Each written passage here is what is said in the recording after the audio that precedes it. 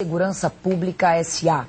O ex-governador Antony Garotinho teve a casa revistada e foi denunciado por formação de quadrilha armada. O ex-chefe de Polícia Civil e atual deputado estadual pelo PMDB, Álvaro Lins, foi preso em flagrante. Outras 7 pessoas também estão na cadeia. A casa dos ex-governadores Antony Garotinho e Rosinha Mateus, em Campos, no norte do estado, foi revistada por policiais federais hoje de manhã. Um computador portátil foi apreendido. Antony Garotinho é acusado de formação de quadrilha armada pelo Ministério Público Federal. Segundo os procuradores, durante seu mandato, Garotinho garantiu politicamente a permanência de um grupo de policiais que praticava crimes à frente da Polícia Civil do Rio. De manhã, Garotinho falou a uma rádio de Campos. Nós não temos absolutamente nenhum receio quanto a nada que tenhamos feito de forma equivocada. Os advogados de Antony Garotinho disseram que o ex-governador é inocente.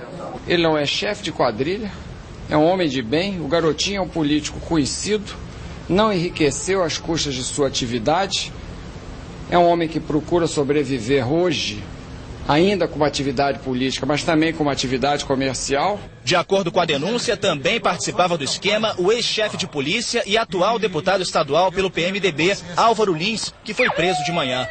Os agentes federais recolheram documentos no apartamento onde ele mora, em Copacabana. Segundo os investigadores, a prisão do deputado, que tem imunidade parlamentar, só foi possível porque houve flagrante do crime de lavagem de dinheiro. Ele teria bens que não são compatíveis com a renda. O Ministério Público informou ter verificado que Álvaro Lins gastava entre 25 e 30 mil reais por mês, enquanto recebia salários de 7 mil reais.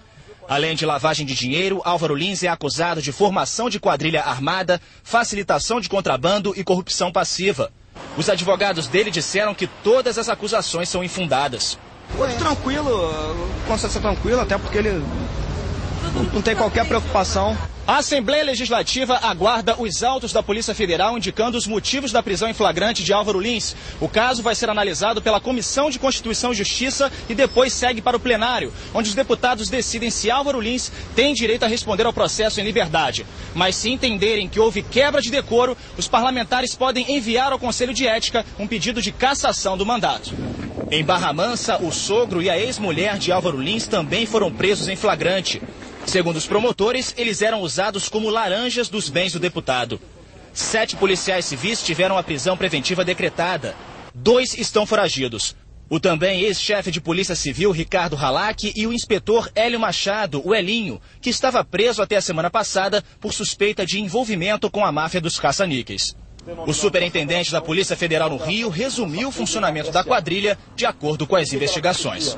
Consistia em um núcleo político com influência política no Estado, que nós consideramos o chefe maior, um outro, o segundo na hierarquia, um chefe também de muita importância, que era também, podemos dizer, um chefe político, mas um chefe operacional, que tinha sob o seu mando vários policiais que eram a parte operacional.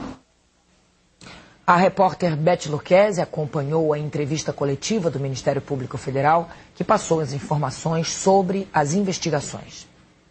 Os procuradores afirmaram que o ex-governador Antony Garotinho dava respaldo político à atuação do grupo, chefiado pelo então responsável pela Polícia Civil, delegado Álvaro Lins. Foi apurado que sem o apoio do Garotinho, sem a participação do Garotinho, a quadrilha não conseguiria se manter no poder dentro da Polícia Civil. Que ele botava nos cargos-chave quem a quadrilha queria.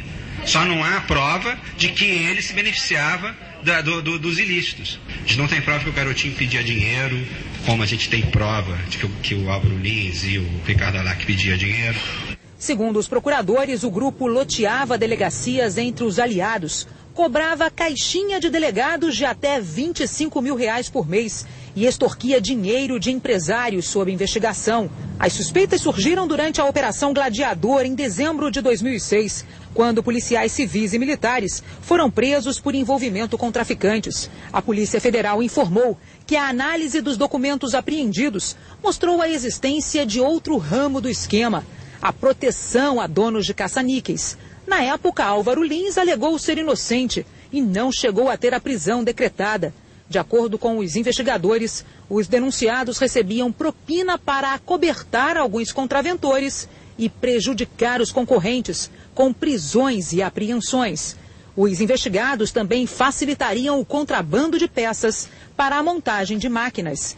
Ainda segundo a Polícia Federal, Rogério Andrade, dono de uma rede de caça-níqueis que está na cadeia, seria um dos beneficiados. Agora são 7h01 e a repórter Beth Luquezzi está ao vivo na sede da Polícia Federal. Beth, boa noite. Qual o balanço da operação? Quantas pessoas estão presas? Quantos estão foragidos?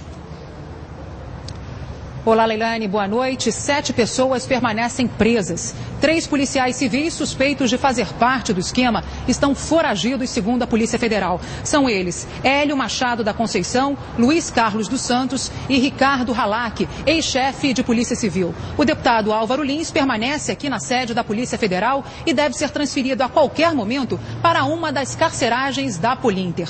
O Ministério Público Federal informou que não tinha provas que justificassem a prisão do ex-governador Antony Garotinho e que, por enquanto, não há nada contra a ex-governadora Rosinha Mateus. Os investigados têm agora um prazo de 15 dias para apresentar a defesa. Em seguida, o Tribunal Regional Federal vai analisar a denúncia e decidir então se dá início ao processo penal. E a Polícia Federal está investigando também se o dinheiro arrecadado pelo grupo estaria sendo usado para financiar campanhas políticas. Leilânia. Obrigada, Beth. Vamos aguardar, então, o futuro dessas investigações. E o Ministério Público Estadual denunciou hoje o prefeito de Campos, Alexandre Mocaiber, do PSB, e outras 13 pessoas pelos crimes de formação de quadrilha e fraude em licitação. Segundo os promotores, a Prefeitura de Campos firmou contratos que beneficiariam indevidamente 3 empresas de construção civil. O prejuízo aos cofres públicos seria de quase 9 milhões de reais.